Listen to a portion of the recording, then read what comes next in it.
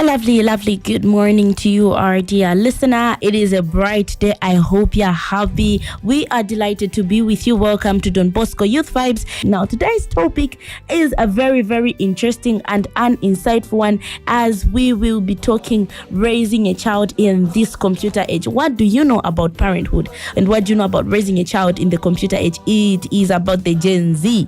So perhaps before we even dig deeper, would like to understand what exactly is the computer age? So we cannot talk about a computer age without really understanding the concept of civilization. Mm-hmm. So when we talk about civilization, this is just the formal setup and the way human beings have been interacting throughout the ages. Mm. So civilization can be categorized in three forms.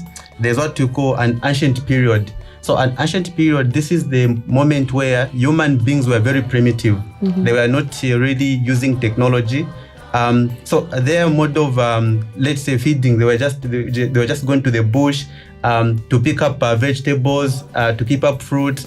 So their way of life was very simple. It was not complicated. Mm-hmm. Then there came the next phase of a civilization, mm-hmm. which we are calling the medieval period, mm-hmm. or rather the Middle Age. Hopefully we have heard about the Middle Age. Mm-hmm. So when you talk about the Middle Age, this is when some forms of development were being recorded in human history. People started creating some forms of machinery, and they started building houses, and their life just started changing. And that can be classified either in the 14th century or rather 15th century.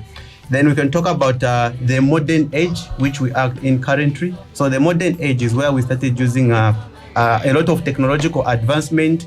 We started using the internet and other technologies. So it is from this modern age that the concept of computer age now comes in, where human beings are usually using robots and computers and other digital devices to conduct their businesses, to do their job, and also for communication. Right now, as we are saying, if you just want to call someone in the village, you don't necessarily have to go there. You don't have to write physical letters. You just have to pick up your phone and call them. You just have to write the emails.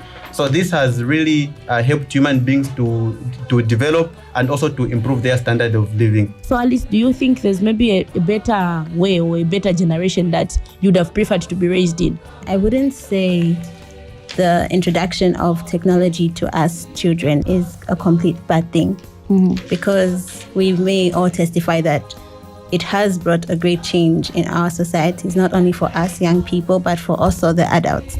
So personally, I am glad that I'm a Gen Z, mm-hmm. and I was born with this modern technology, so that, it's easy for us to cope with certain works of life and to also do certain things.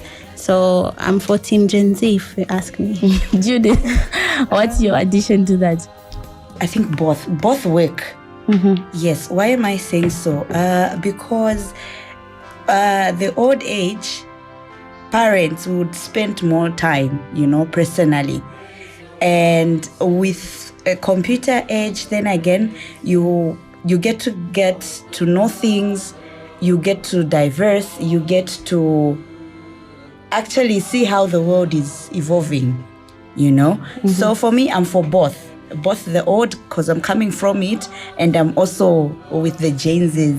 Mm-hmm. With the Gen Zs. Mm-hmm. So I think both of them, even with culture, not all culture is bad from way back, and not everything that is new is also bad. What we're supposed to do is let the old and the new complement each other.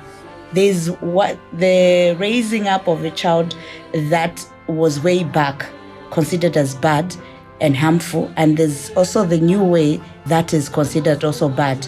Because why am I saying this? Families are no longer spending time with each other. We are all in the phone these days.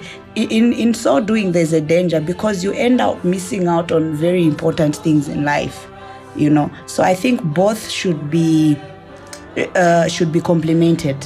What do you think are the disadvantages of being born before computers?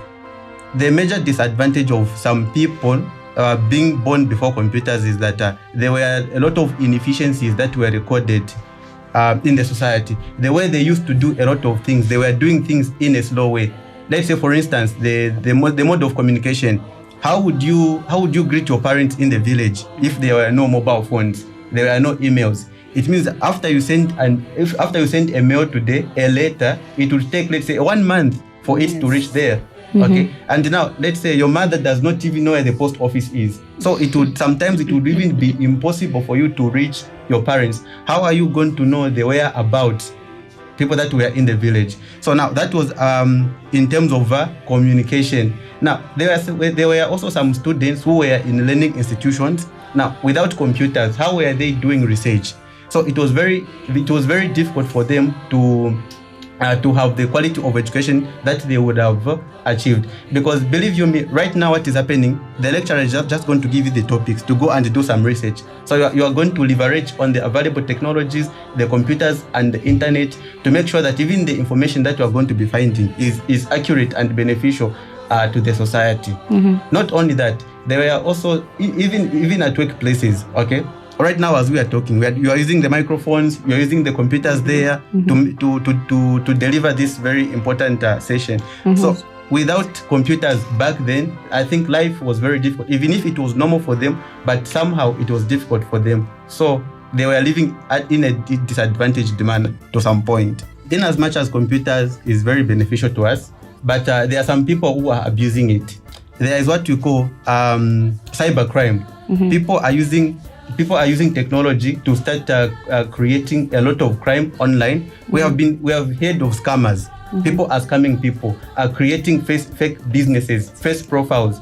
So people are abusing the internet to advance different agendas. Now, just as Judith has earlier alluded to that, we also have culture as Zambians and Africans. Now, there are people who have got some liberal values and they are using the internet to advance their agendas. So basically, technology is good, but then to what extent are we going to tolerate this same technology?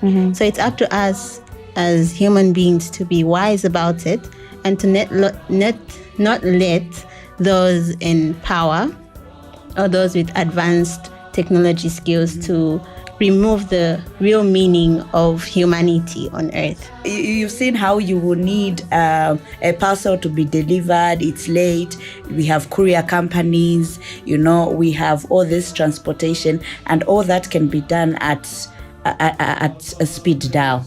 So I think with it has so many good incomes, those are the good advantages that the internet age has provided, has come with. The internet, as I earlier alluded to, it is now becoming a source of a lot of information that we did not know previously. When we were growing up, we were subjected to a lot of misinformation. Sometimes they could give us information that was not true. This time around, we are capable of conducting our own researches on particular things. It is also helping a lot the students who are in colleges and who are in universities and also in schools. Not only that, also people that are in businesses. If you are just here in Zambia, maybe your business is going to be dwindling down, so you can leverage on the internet to find out the other ways of boosting your business, the new technologies that you should be able to introduce in your business, the new marketing strategies. Okay, if you can use the internet, you can be able to connect to potential suitors to your business who can be able to buy in bulk. It's interesting because you also get to know how other people's cultures, how they live. You get to make travel arrangements and all these other good things that it has come with. Do you think there are certain things that parents should put into consideration, or there are certain things that parents should begin to adapt to or learn when it comes to raising a child in this generation? I think parents should also, come out of their comfort zone and try to understand that, okay, children are changing and I have to try at least, be there, see the changes, adapt to the changes, and then, fit in where I can to help this child. Because we basically feel alone. Our parents may not understand certain things, and then we end up just talking to our friends about it, and then, friends can give you wrong advice and the like. So it's important for parents to also acknowledge that my child is changing, is evolving, this world is changing. I will not be stuck in the previous times where my parents used to do this to me. I have to be my own parent, bring up at least certain rules that, can help and also adjust to the way my child is changing. There's need actually for parents to get involved, because if you don't educate your child about the pros and cons of the internet, then you find you've lost your child. You don't even know who they are. There should be a restriction, and family time is family time, and get to know what is going on in my child's life. Everyone is busy nowadays. It's not just even computer age for children. No, even the parents themselves. There's got to be a regulation. You've got to regulate your child and see which sites they're able to go to and which sites are not good for them. So initially, and I think at the end of the day, just as Alice has alluded to, the reason for parents to get involved in their child and get to know what is happening to us is because if you don't teach us, the world will teach us the wrong things. And that is what is happening. And as we have said to say, there's a purposeful agenda to spoil the family. There's been a concept at international level which they call internet governance. So this internet governance is simply an agreement between different countries, because they've come to the realization that internet, in as much as it is good, but it is not fit for all the cultures, because Africa in particular has got a lot of cultures, and therefore countries should be able to respond in the way that they would want it to feature in their respective cultures. So now it is not only the governments but also the families at household level, which it comes to the parents now. So the parents now, they have got the responsibilities in regulating the mode in which their children who are below the ages of 18 are utilizing the internet. So we should only use the internet for the advancement of human development and to help our society to move forward. That is all we had for you today on Don Bosco Youth Vibes. We were talking about raising a child in the internet era. It is about this generation. It is all about this computer age. To our dear viewers on YouTube, don't forget to share, subscribe, and ring that button so that you do not forget, to get that notification every time we post new content. So do follow us on Facebook. We are Don Bosco Youth Network Zambia, and of course we are Don Bosco Youth Vibes on Facebook and Don Bosco Youth Network Zambia on YouTube. So on behalf of my team, Alice, Raphael, and Judith, it's a goodbye and happy Saturday.